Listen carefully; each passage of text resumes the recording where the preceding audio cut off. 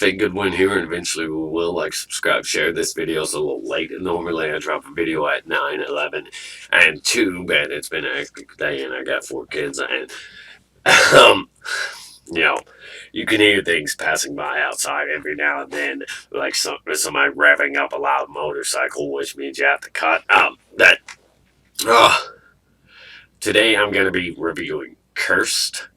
First, I was gonna review Umbrella Academy season 2 first, but that one may take a little bit more time and effort to really think through because I just finished the whole season last night, so I kind of want to let the thoughts sink in first. So, Cursed, it's really heavily like based in Arthurian legends, and the show's got a simple logline. A teenage sorceress named Nimue encounters a young Arthur on her quest to find a powerful and ancient sword. When I saw Frank Miller's name attached to this, I thought, oh man, this is going to be interesting. Frank Miller in a fantasy-like setting. Uh, as one of the creators, of course, Frank Miller. But the the TV show, not film, stars Katherine, Langford, Devon, Terrell, and Gustaf Skarsgård, and I'm pretty sure I may have butchered his name, but it does have some really compelling moments. Not too many. They are very far and few. And with that said, though, the way I break down my reviews is I give you the best stuff up front to hook your audience, and then I'll give you my personal bias and stuff in Act 2, and in Act 3, I'll give you the worst stuff that actually negatively impacts the view of the show or the quality of the show, and the story and all that. So I'll break it down in 3 acts for you. Act 1, first up, I would, you know, the thing about this one is that it's a fantasy, but it kind of feels like we're retreading a lot of stuff because it is heavily based in those legends and it does involve some of those characters. So it doesn't feel entirely original. It is a Netflix original, but it doesn't feel entirely original. The good though, yeah, it has this real brisk, bright, wonderful color palette at the start that really enhances the fantasy elements of the show. It's set to be drenched in. Um, and there's a really annoying bird outside that will not shut up. Anyways, Merlin, Squirrel, and the Weeping Monk make like for the most compelling characters of the show. Merlin, this kid named Squirrel, and the Weeping Monk, which I'll kind of elaborate on just a bit. But Merlin's the one who really stands out. The actor Skarsgård does an amazing job of making this show remotely interesting. And no offense to you if you enjoy it, but it is not as interesting as it could be or should be. And the Weeping Monk, he doesn't come all that interesting until late into the season. But there is a lot of mystery and intrigue surrounding him in the beginning. And it's basically this religious war happening. These religious fanatics want to hunt down the magical creatures, and magical creatures they refer to as the Fae. And they basically just see them as a blight on humanity, the devil's work, or something to that effect. Throughout the show, that there are some really incredible shots throughout the show, moments that look like high quality art straight off from the page of a comic book, but there's not many of those moments. There's a few, but not many. Well, let's go ahead and move on into the mixed, or my personal bias of the show. Little things I feel like, they're probably not going to hurt your view of the show, but they definitely hurt mine. So, my personal bias, the show feels like it has characters and casting choices for the sake of minority and LGBT representation. And those characters lack substance or depth, however you want to put it, such as King Arthur or the girl who would have made an interesting villain had they not played it safe and walked back to the decision, or at least to me it felt like they walked back to the decision for some reason. And another thing is the lead really looks awkward with her big bulky sword, Excalibur, which they never refer to it as that, but it's the sword of power, the sword that corrupts. Uh, and that I kind of feel like that whole thing in itself is just another, that's more in terms of the actual quality of the show. So, but I just felt like the sword is just so awkward and clunky, and that she's just kind of almost tripping over it and everything, like tipping over carrying it, which isn't bad because, my personal opinion, it looks bad, but in the reality of the show, this sword would weigh that girl down, so it it shouldn't affect anybody's view of the show. That's why I put in the bias section. However, the other things, the Fae, this is the bad section. Let's just jump right into this, because unfortunately there's not a lot of great things to say about the show, which is really unfortunate because Frank Miller's name is attached to it.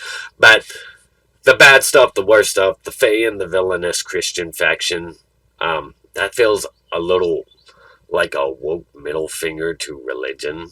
I'm an atheist, so I don't actually know how Christians feel about such depictions. But the cliche, boring, bland. If you ever play a game called Kingdom of Alamar, that's how this world of fantasy, the Fae and the characters feel. They're not compelling. It feels like a bunch of boring, bland NPCs, non-player characters. And at times it almost feels Lord of the Rings, Star Wars with power that corrupts. That's what the sword does. It feels like a very Lord of the Rings thing since it's set in fantasy, but also kind of like a Star Wars thing since it's about power that corrupts. It's that kind of tell. Like the characters themselves, though, been there, done that, bland. It even uses a lot of the show. It could have done really. It could have really done well without even having characters named after Merlin and the Knights of the Round Table. It would have fared better, in my opinion. Being completely its own thing, it would have fared better. But the fact that it uses these characters to kind of prop itself up on in the first place, so they have people's interest in coming to see it, and then it does its own thing with it. It just doesn't feel like enough of its own thing. It's very generic in a lot of different aspects. The pacing, the music, the acting, the story, the characters, the look of the Fae, the magical creatures, they just didn't do enough. And there's bad romance plots and so on, very boring, bland, generic, and there's no well choreographed battles that are epic. Plenty of battles, bad, nothing interesting. And the lead isn't even all that interesting herself. There's a lot of iffy acting, there's a lot of moments. There's just a lot here that does not set well or work well together. It feels like there was a real lack of effort in many aspects. In many aspects, it feels like there was a lack of real effort. It's like they just did the bare minimum. It almost feels like that. They could have really fleshed these characters out, enhanced certain things, made certain things better, but for some reason it feels like they either thought they had something that was just groundbreaking and mind-blowing, and there were too many yes men in the room to question the direction or lack of direction. So it just kind of comes out. I was shocked that it was like number one or something on Netflix. I guess maybe a lot of people enjoyed the show, or maybe a lot of people were just eager to get new content. But for me, this one just doesn't do it. It really doesn't. So I got to give it a 4 out of 10. Honestly, it wouldn't hurt me at all if the series doesn't come back for a second season. It's a Netflix original. Um, However, if it does come in for a second season, just to see what happens with a couple of the characters, I probably would tune in. I mean, I didn't take the interest in watching this thing myself. My fiance was gonna watch it, and I just tuned in with her. But uh, I'd have to give the show a 4 out of 10. And I don't know what her opinion was on it, but I don't think she was that impressed with it either. I mean, I'll discuss that with her and see how she really felt about it. But for me, there's just not there's not any the best acting comes from the guy that plays Merlin, Skarsgård, and the rest of everything else just feels. There's a lot of moments in there where you question the reality of what these characters are doing and why they're doing it in this particular moment.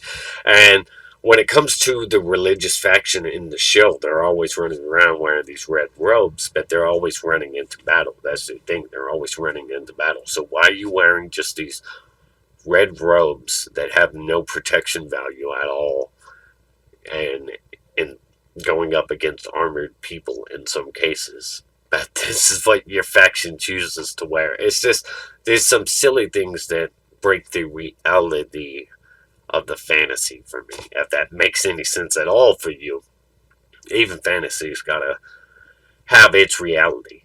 You gotta play by the, it's, anyways, I've spoke my piece. 4 out of 10.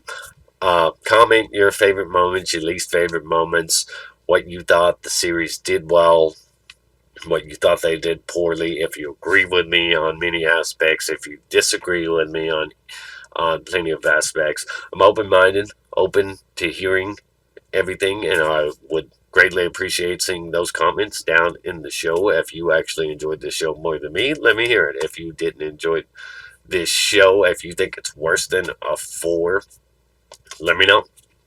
Big good one here. Eventually we will. Like, subscribe, share, stay awesome. Rock on.